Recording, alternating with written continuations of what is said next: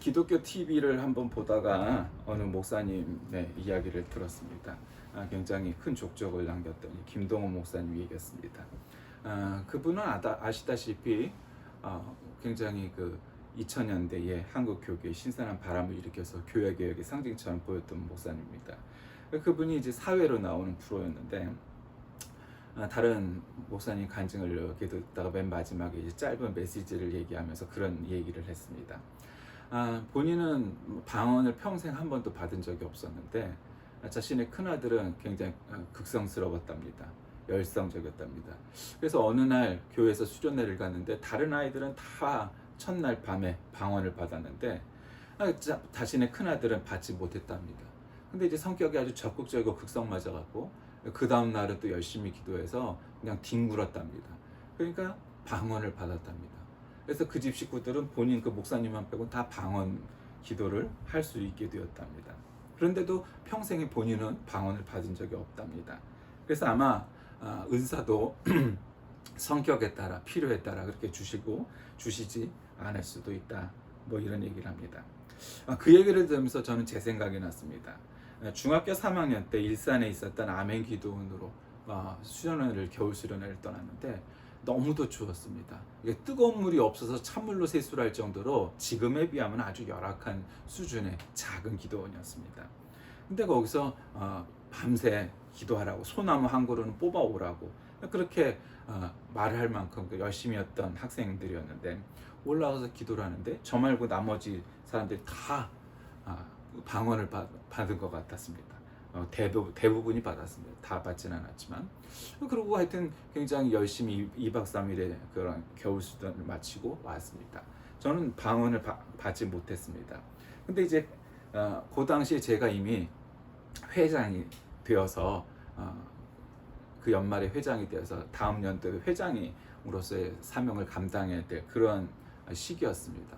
근데 가만 보니 이게 임원들 대부분이 다 방언을 받은 거였습니다. 그리고 갔다 와서는 이제 방학이기도 했지만 이 학생들이 그냥 때를 매일 한 번씩 모여서 기도회를 하기로 했는데 이게 여기저기서 막 방언 기도를 합니다. 여기는 막 뭐 중국 방언이고 여기는 미국 방언이고 그 당시에 이제 다 그렇게 불렀는데 여기는 무슨 방언이고 여기는 무슨 방언이고 막 그런 겁니다. 이게 하다 보니까 나는 회장이 됐는데 나만 방언을 못 받았으니까 이거 참 한마디로 창피했습니다. 이게 나도 방언 기도 해야 될 것 같은데? 네, 그랬습니다. 그래서 어느 날은 아무도 없을 만한 시간대에 골라가서 기도를 합니다. 그 교회는 지하에 이제 어린이집이나 중고등부 예배실이 있었는데 소예배실이 있었는데 그 소예배실 앞쪽에 전부 다 기도실이 이렇게 주르륵 있는 구조였습니다. 그러니까 기도실은 너덟 개가 됐는데 그 중에 이제 그 골방에 하나 들어가서 기도를 합니다. 기도를 하다가 너무 약 오른 겁니다. 하나님한테. 아니 왜 다른 애들한테는 다 방언을 주시면서 나한테는 방언을 안 주십니까? 약 올랐고 하여튼 마음이 하여튼 그랬습니다. 그래서 때를 썼습니다. 그러면서 정말 뒹굴었습니다. 그러니 방언을 받게 됐습니다. 방언을 받았습니다. 기뻤습니다. 그리고 이제 모일 때마다 이제 방언 기도를 같이 했었습니다. 그런데 이제 그리고 얼마 후가 지나니까 그런 생각이 들었습니다. 방언을 받는다는 게 도대체 그리고 혹은 방언 기도를 한다는 게 그렇게 큰 의미가 있지 않더라고요. 방언 기도하는 것이. 그러면은 방언을 받은 아이들은 신앙이 월등하고 안 받은 아이들은 뭐 별 볼 일 없고 그렇지 않더라고요. 방언의 유무와 관계없이 신앙생활 착실하고 칭찬을 받는 아이도 있는 거 보면 방언을 받았는데 오히려 비난을 받을 만한 그런 믿음을 가진 애들도 있더라고요. 방언의 유무와는 관계 없는 거구나. 신앙의 그 깊이라는 게 그런 것은 상관없다는 것을 알게 됐습니다. 오늘 우리의 본문 요한복음 3장 이 장은 우리가 흔히 말하는 중생장이라고 불리는 얘기입니다. 한밤중에 예수 그리스도를 어느 중년의 신사가 찾아옵니다. 그의 이름은 니고데모였습니다. 그는 굉장히 나름 엘리트였고 아주 나이를 먹을 만큼 먹고 또 사회적 지위도 있고 그러던 아주 점잖은 사람이었습니다. 그러니까 창피해서 예수님을 낮에는 찾아오지 못하다가 밤이 돼서 오는 겁니다. 그래서 예수님께 와서 안정된 위치에 있었고 또 종교적인 위치도, 그러니까 요즘 말로 얘기하면 장로쯤 된 겁니다. 그러니까 유대 이 민중으로부터 존경을 받던 바리새인이었고, 정치적으로는 사내들인 공의회 의원이었고, 경제적인 면에서 당연히 부자였고, 특별히 순결한 피라는 의미를 갖고 있는 그의 이름의 뜻이, 그의 니고데모라는 이름 자체가 순결한 피라는 뜻입니다. 이렇게 안정된 위치에 있던 니고데모가 그 당시로서는 신생교주처럼 여겨졌던 예수님을 찾아온 겁니다. 신생교주인데 한마디로. 그런데 전양반한테는 뭔가가 있는 것 같아. 보통 이제 어떤 신생 종교가 이렇게 딱 생기면 당연히 뭔가 이렇게 어설퍼야 되죠, 그렇죠? 교리도 어설프고 되게 그런 사람들 배움도 짧고 그러죠. 많이 배운 사람이 교주가 되는 법이 거의가 없어요. 되게 무학자. 근데 기도원 갖고 열심히 기도해 갖고 뭐 그냥 소위 계시란 건 없어요. 그냥 그들 말에 의하면 계시를 받은 자, 거의 또 그냥 계시도 안 돼. 직통 계시를 받은 자, 뭐 이런 걸 받았다고 하는 사람들이 교주가 돼요. 그러니까 은사가 나타나죠. 그러니까 처음 내가 기도의 능력이 나타나면은 뭐 아픈 사람도 낫게 할 수 있고, 방언도 하고 방언 통역도 하고 뭐 이런 은사들이 많이 나와요. 되게 꼭 그런 건 아니지만 일반적으로 그거는 기도 열심히 세게 많이 하는 사람들, 그러니까 무학자들 혹은 배움이 짧은 사람들이 그러한 쪽으로 은사를 많이 받고 하기가 쉬운 거죠. 그러니까 그런 사람들이 교주가 된단 말이에요. 그러니까 니고데모 입장에서는 신생교주인데 뭔가 좀 이렇게 무식한 티도 나고 뭔가 이런 그런 느낌의 어떤 교주여야 되는데, 가만 보니 예수님은 그렇지가 않았어요. 뭔가 이런 기득권을 가지고 있는 이 유대교에 저항을 하고 하기 위해서는 이렇게 뭐 죽은 사람도 살린다고 그러고 아픈 사람도 낫게 하고 이런 걸 보니까 뭔가 약간 이단성이 있어, 사이비성이 있어. 이게 뭔가, 그래서 쫓아다녀 봤더니 그것도 아니야. 소문을 들어봐도 뭔가 비리가 있고 뭐 이래야 되는데, 거짓이 있고 속임수가 있고 뭐 이래야 되는데 그렇지도 않아. 그게 이상했던 거예요. 그러니까 저기가 조금 약간 이상하고 우리가 정통해야 되는데, 우리가 좀 이상하고, 가만 보면 내가 평생 유대교 신자로 살아왔는데 우리가 뭔가 형식주의에 빠져있고, 저 예수님이라는 사람이 하는 일들이 진실이고 진리고 거기에 하나님의 영이 함께 한다는 것을 그가 느꼈던 거예요. 영민한 거죠. 영적으로 예민한 거예요. 여러분, 그게 있어야 되는 거죠, 사람이. 그러니까 우리가 종교, 신앙 뭐 이런 거에서 영민함이 있어야 돼. 그걸 딱 봤을 때 저건 이단이구나, 저건 사이비구나, 뭐 그런 이단과 사이비까지는 아니지만 이게 진실되지 않구나, 이런 거를 느낄 수가 있어야 되는데, 니고데모는 그게 있었던 거예요. 그는 굉장히 형식적이고 그런 종교 생활을 하고 있었지만 그랬다는 거죠. 그가 이제 찾아오면서 오늘의 이야기가 시작됩니다. 본장이 중생장이라고 했습니다. 중생은 영어로 리제너레이션이라고 말하는데 원래 헬라어 팔링게네시아라는 라틴어 번역 형태에서부터 온 말입니다. 이 말은 다시 태어난다. 그래서 신생, 중생 뭐 이렇게 번역할 때 우리가 이제 그렇게 됐죠. 이 말은 두 번 태어난다, 뭐 다시 태어난다, 이런 말입니다. 이 말은 사실 신약에 두 번밖에 나타나지 않습니다. 그런데 마태복음 19장 28절에 보면은 세상의 회복과 관련해서 만유의 회복이라는 차원에서 이 중생이라는 말을 쓰기도 하고, 또 고린도전서 15장에 보면은 만물을 그의 발 아래 복종케 두셨으니 한 표현도 중생의 의미를 나타내는 말이고, 디도서 3장 5절에도 또한 메시아의 통치와 관련한 이 중생의 의미에 대해서, 영적 의미의 중생에 대해서 얘기합니다.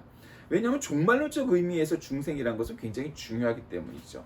그래서 하여튼 그렇게 나타난 사람입니다. 이 유대인의 지도자라 칭하고 있는 니고데모가 나타나갖고 묻습니다.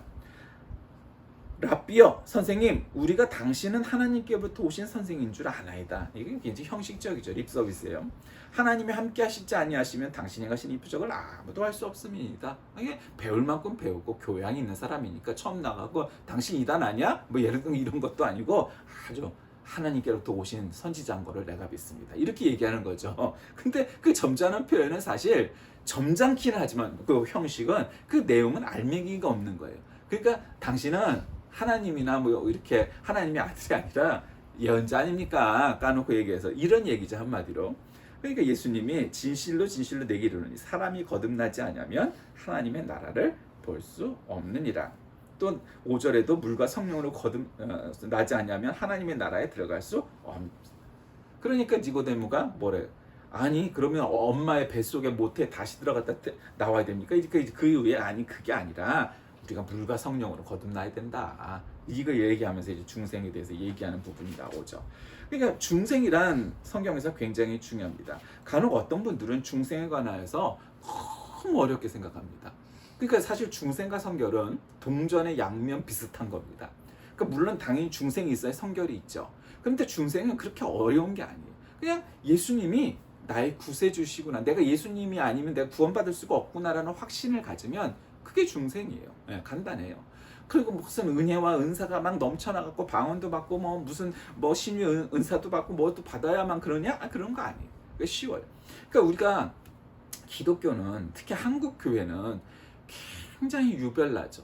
여러분 신앙 열심히 있는 한국 신자 정도 되면 새벽기도, 어떤 열심히 있는 교회들은 뭐 하루도 쉬는 날이 없이 일주일이면 일주일 내내 쉼 없이 새벽기도 있죠. 수요일날 수요기도에 있죠. 금요일날 심야기도 혹은 철야기도, 옛날에 다 철야기도였지 심야기도가 어디 있어. 새벽이 풀릴 때까지 다 철야기도였죠. 토요일날은 주일 준비하고 봉사 준비하느라고 나와야 되죠. 그러면은 일주일 내내 나온다고 해도 과언이 아니에요. 정말 어느 교회 어떤 권사님은 보면은 교역자는 그래도 월요일날이라도 뭐 100%는 아니지만 대개는 월요일날은 쉬게 하잖아요. 휴일이니까. 일주일 내내 출근하는 권사님도 있어. 예, 그렇게 열심히 해요. 근데 봉사는 봉사라고 치고 그렇게 모이면 새벽기도, 그러니까 기도하고 예배드리고 말씀하고 성경 공부하고 한국 교회보다 더 열심히 있는 나라가 세상에 어디 있겠어요. 단언컨대 없어요. 단언컨대 없어요. 그러면 한국 교회가 세계에서 가장 열심인가? 아마 그것도 단언컨대 한국 교회보다 열심인 교회는 없는 것 같아요. 정말 한국 교회가 제일 열심인 것 같아요. 그러면 한국 교회가 세계에서 가장 잘하는, 그러니까 제대로 신앙생활하는 교회냐? 이 문제에 관해서 퀘스천입니다. 아니 모이기에 힘쓰고 그렇게 열심인데 왜 한국 교회가 제일 좋은 교회는 안 될까요? 여러분 거기에 의문을 품어야 돼요. 그럼 우리가 당연히 제일 좋은 교회도 되어야 돼. 한국 교회가. 아니 그렇게 열심히고 힘을 많이 썼고 시간도 투자하고 시간뿐만이 아니라 봉사도 하고 헌금도 제일 많이 하는 교회라고 보여지는데 뭐 그렇게도 과언이 아니잖아요. 우리가 아다시피. 그런데 왜 제일 좋은 교회는 못 될까요? 그거는 의문이 있잖아요. 우리가 한국 교회가 세계에서 제일 좋은 교회다. 하나님 앞에서 우리가 그렇게 말할 수 있을까요? 그거는 정말 아닐 것 같아요. 그러면 거기에 뭔가 문제가 있는 거예요. 어떤 문제가 있을까요?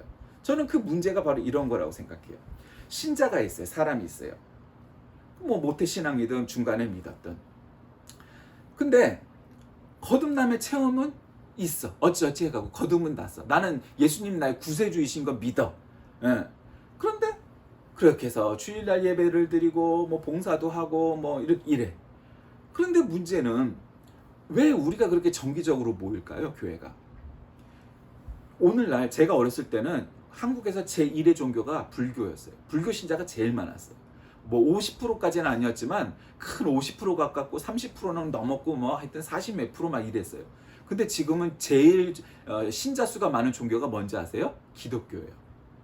그러면 제가 어렸을 때 불교 신자가 1등이 있고 기독교 신자가 2등이었는데 그때보다 지금이 더 좋은 교회가 되었을까요? 아니요. 아니에요.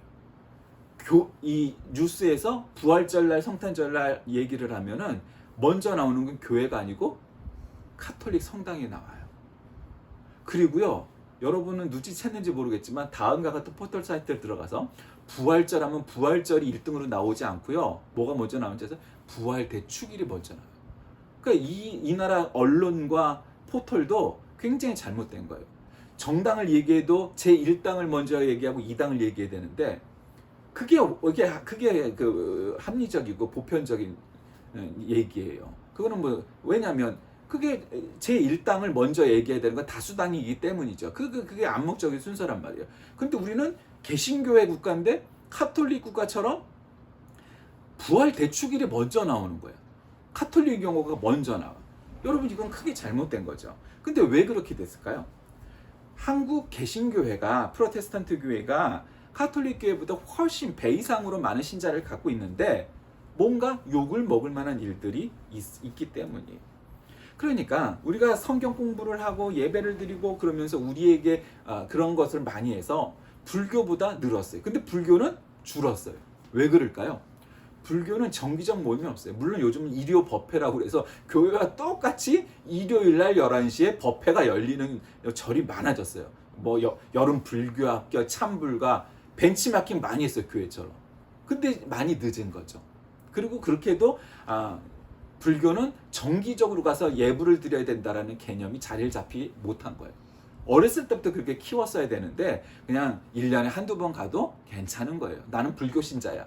그러니까 마치 그 유럽의 카톨릭 신자들처럼 된 거예요. 나는 카톨릭 신자야. 그런데 교회는 안 가. 그러니까 결혼식 때 가고 세례 받을 때 가고 장례식 때 가고 그게 전부인 사람들도 꽤 많아요. 그래도 나는 카톨릭 신자야. 그렇게 이렇게 스스로 믿는 거예요. 그러는 명분뿐인 이름뿐인 신자들이 많은 거예요. 근데 진짜 신자가 되려면 어떻게 돼요? 성령의 감동이 있어야 돼요. 우리가 그렇게 예배를 정기적으로 드리고 들었던 성경 구절 갖고 몇 번이나 평생에 수십 번 듣는 성경 구절도 있어요. 그러면서도 우리가 그렇게 예배를 드리고 성경 공부를 하고 기도를 하는 건 뭐예요? 성령의 감동 때문이에요. 여러분, 우리가 성령의 감동이 없이는 신자라 말할 수가 없어요.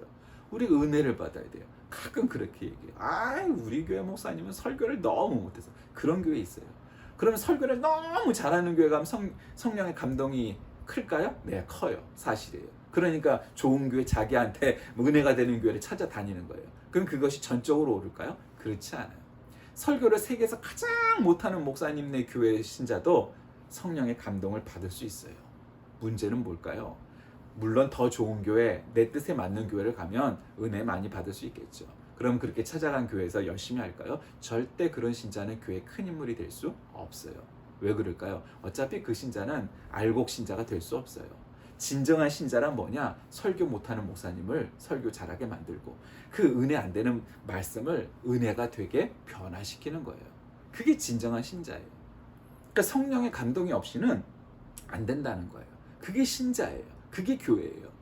교회가 얼마나 크냐, 예산이 얼마나 있느냐, 그것이 중요한 게 아니에요. 하나님 입장에서는 어떤 교회는 성령의 감동이라고는 정말 눈시고 찾아봐야 겨우겨우 찾아낼 교회가 있는가 반면에 어떤 교회는 신자는 얼마 안 되고 예산도 얼마 안 되고 보잘것 없고 남들이 볼 때는 그냥 동네 그냥 찾기도 어려운 곳에 위치한 보잘것 없어 보이는 교회일지라도 성령의 감동이 늘 역사하는 교회가 있을 수 있어요.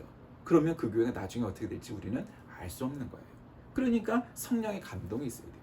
그러니까 우리가 중생이라면 성령의 감동이 있어야 돼요. 그래서 첫 번째 받는 성령의 은혜가 성령의 감동이 중생인 거예요. 그리고 나서는 또 얼마든지 성령의 감동을 받아서 성령 체험을 하는 거죠. 그것이 이제 소위 말하는 불세례, 성령의 감동, 성화, 성결, 제2의 중생, 그리스도인의 완전, 기독자 완전, 어쨌든 성령세를 받는 거예요. 그게 이제 두 번째예요. 그렇게 하는 것이 중생의 시작입니다. 그러니 거기에는 성령의 감동이 있어야 되는 거예요. 그러니까 오늘날 20세기의 오순절 교회라고 불리는 순복음 교회가 그렇게 한 것도 그런 성령 이런 거 강조하다 그런 거죠. 우리도 오순절 교회하고 그 출발 비슷한 교단이니까 그런 게 좀 있어야 되는 거죠. 두 번째로는 말씀의 순종이 있어야 돼요. 아까 초반에도 방언 얘기했죠. 방언의 통역, 신유. 여러분 그런 거 많이 나타났던 교회들을 바라다 보세요. 그럼 그걸로 끌고 오는 건 한계가 있다는 걸 느껴요. 대표적인 게 순복음교회죠. 순복음교회가 처음에는 그냥 교육적인 어떤 그런 베이스가 없었어요. 그냥 맨날 철야기도 정시기도 이러면서 밤마다 모여서 기도했어요. 근데 이제 그걸로 한계가 느껴지는 거예요. 교회라는 게 체계적인 교육이 있어야 돼요.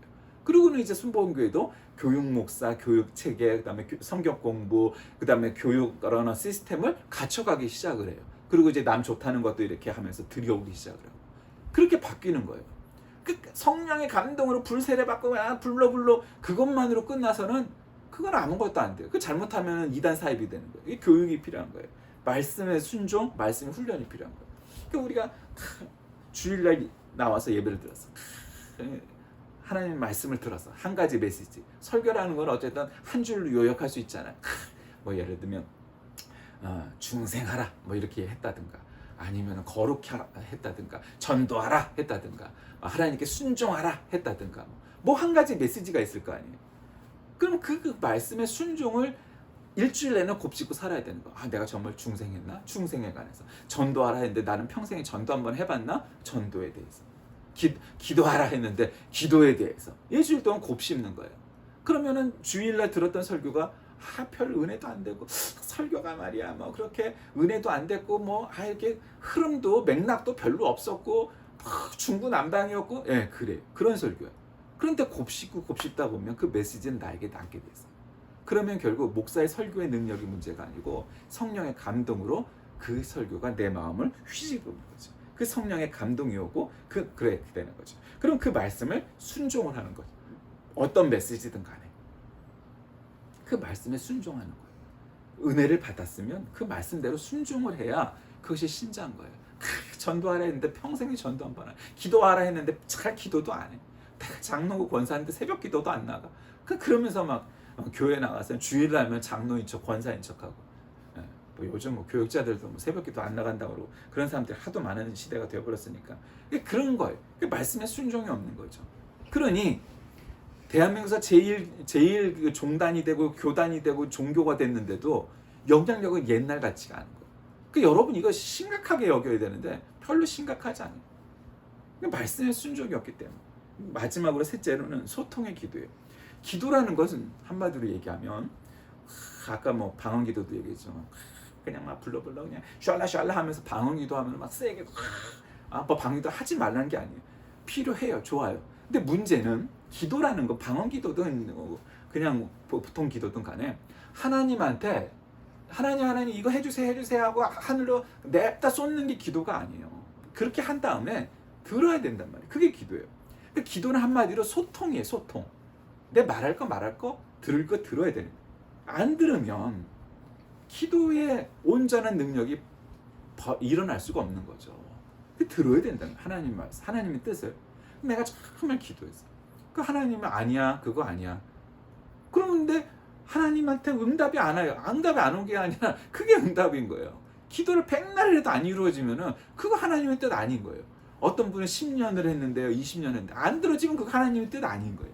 그걸 빨리 바꿔야 되는데 10년이 되고 20년이 돼도 그 기도 똑같이 하고 있으면 미련한 거예요. 하나님의 뜻은 그게 아닌 거죠, 한마디로. 그 다른 뜻을 찾아야 되는데 듣지는 않으니 하나님 뜻이 어딘지 모르는 거예요. 그러니까 기도는 소통이다. 소통의 기도가 돼야 돼요. 그러니까 우리가 그렇게 은혜를 받았으면 하나님과도 소통하고 사람과 사람 간에도 소통이 돼야 되는 거예요. 그 소통이 여러 가지 소통이 있겠죠. 목회자도 마찬가지예요. 자기 뜻대로 끌고 가야 되는데 남들은 동의 안 하는데 그냥 혼자만 나간다고 돈키호테처럼 나가도 안 되죠. 훈련을 해야 되는 거예요. 하나님의 뜻에서 특별히 나는 이런 데 중점을 둔다. 나는 선교와 전도에 방점을 찍는 목회다. 그러면 우리가 선교하는 교회가 되자. 그러니까 여름에 우리가 수련회 가서 뭐 계곡 가갖고 수박 까먹고 뭐 삼계탕 먹고 이런 거 하지 말고 우리 휴가를 전부 해외로 나가서 해외 선교하자. 태국도 가고 캄보디아도 가고 아프리카도 가고 러시아도 가고 그러면서 선교하는 교회가 되는 거예요. 여러분 그 교회는 그것이 사명인 거예요. 그 목사님은 그 선교하고 전도하는데 열심을 갖고 그것이 본인의 사명이라고 여기는 거예요. 그럼 그런 교회가 되는 거죠. 아니야. 선교도 중요하지만 우리는 긍휼사업, 사랑사업, 봉사, 사회복지 이런 데 열심히 있어. 그러니 우리 동네에 있는 노인들, 장애인들, 아이들 이런 거 섬기는 것이 우리 교회 사명이에요. 그럼 그런 데 열심히 하는 거예요. 어떤 교회는 교육, 성경 공부 이런 거에 사명을 갖고 있어갖고 잘 훈련시키는 데도 열심히 교회 아주 그냥 성경 공부 잘해갖고 훈련 자식이고 제자 훈련 잘하고 그런 교회도 있을 수 있죠. 그거는 다 나름이야. 목회자에 따라 교회에 따라 이럴 수도 있고 저럴 수도 있어. 그러나 뭔가 하나는 꽂혀야 되죠, 교회가. 그러니까 그러려면 소통이 돼야 되는 거예요. 소통. 하나님과의 소통, 인간과 인간과의 소통. 그것이 잘 돼야 돼. 그것이 중생의 이 스펙트럼이 잘 이렇게 나타나는 거죠. 어떤 교회는 전도에, 어떤 교회는 봉사에, 어떤 교회는 훈련에, 어떤 교회 예배. 또 어떤 교회 가면 그렇게 예배를 드리는 게 은혜스럽죠. 찬양도 너무 잘하고 예배 자체가 그냥 은혜야. 그런 교회도 있을 수 있고 뭐 이런 거예요. 자, 중생은 거듭남을 말하는 겁니다. 인간의 내적인 변화, 전적인 변화가 우리 안에서 벌어져야 되죠. 하나님은 모든 사람이 중생하기를 원하시겠죠. 어떤 사람은 아니고 뭐 기국 이런 건 아니에요. 그러나 인간의 의지에 따라 또 인간의 응답에 따라서 모든 사람이 다 구원받을 수는 없어요. 교회가 있는 거 알고 예수님이 구세주인 거 알아도 구원받지 못하는 인간들 되게 많아요. 뭐 그런 사람들 뭐 말해 뭐해. 교회 안에 있어도 몸뚱아리만 왔다 갔다 하지 실제로 내적 변화가 없고 중생하지 않고 성결하지 않고서 성령 세례 받지 않는 사람들 너무너무 많아요. 그래서 교회가 교회답지 않다 이렇게 말을 듣는 거예요. 하나님께서 친히 중생을 이룩하고자 하시거나 그렇게 하실 수 있기 전에 모든 사람들이 회개하고 그에게 돌아오기를 촉구하시죠. 많은 사람들, 소위 말하는 만인구 원설, 모든 사람들이 구원받기를 원하신다. 예, 그 말도 맞아요. 그럼 모든 사람이 구원을 받느냐? 실제로는 그렇지 않죠. 그러니까 그거는 뭐 이쪽 신학은 만인권설이고 이쪽에서는 아니고 뭐 이거가 중요한 게 아니고 이제 그거는 이제 이론적인 관점이고 결국 근본적으로 하나님 모든 사람이 구원받길 바라시지 않겠어요? 그러나 다만 결과적으로 모든 사람이 구원을 받지는 않아요. 왜? 본인이 거부하기 때문이죠.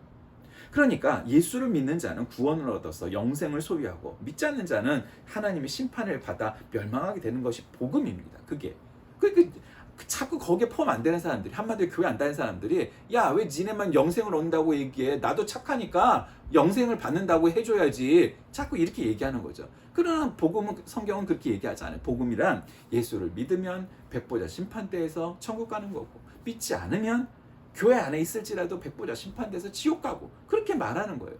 그러니 그걸 어떻게 변개시킬 수가 없잖아요. 바뀌게 할 수는 없는 거란 말이에요. 그러니 우리가 거듭나야 할 것입니다. 말씀을 정리합니다. 오늘 저는 이 니고데모가 예수님을 찾아온 이 사건을 중심으로 거듭나지 아니하면, 이런 제목으로 말씀드렸습니다. 거듭나지 아니하면 어떻게 될까요? 구원 못 받으면 어떻게 돼요? 지옥 가는 거죠. 그냥 간단한 거예요. 근데 그걸 또 너무 막 그냥 넌 지옥 가야 돼 이렇게 얘기하니까 세상 사람들이 싫어하는 거죠. 그러나 어쨌든 그렇게 얘기하든 저렇게 좋게 얘기하든 간에 뭐 니고데모처럼 점잖게 얘기하든 지옥 가는 건 사실이에요. 구원 못 받는 건 사실이에요. 예수님이 구세주이시기 때문이죠. 그것을 우리가 명심해야 됩니다. 그리고 구원받는 데서 끝이 않고 그 받은 은혜, 말씀에 순종이 있어야 되고, 그리고 또 늘 기도함으로써 유지를 해야지 그 중생과 그 성결과 그 은혜가 우리에게 유지되는 겁니다. 그것이 거듭난 사람입니다. 거듭나지 아니하면 하나님과의 관계, 그리고 세상과의 관계, 모든 면에서 그러한 일들이 끊어질 수밖에 없을 겁니다. 우리 모두 이 거듭난 채요, 이 중생의 은혜를 늘 유지하여서 하나님이 기뻐하시는 저와 여러분이 다 되시길 주의 이름으로 간절히 기도드립니다. 살아계셔서 역사하시는 주님, 오늘 우리는 니고데모의 사건을 통해 중생에 관하여서 다시 한번 말씀을 나눕니다. 우리는 참으로 거듭난 사람이 되게 하셔서 니고데모처럼 몰래 밤늦게 예수님을 찾아가는 일 없게 하시고, 정말로 하나님을 붙잡고 이 일생을 살아서 거듭난 사람, 거듭난 교회, 하나님께 쓰임받는 교회가 되게 인도하여 주옵소서. 예수님의 이름으로 간절히 기도드립니다. 아멘.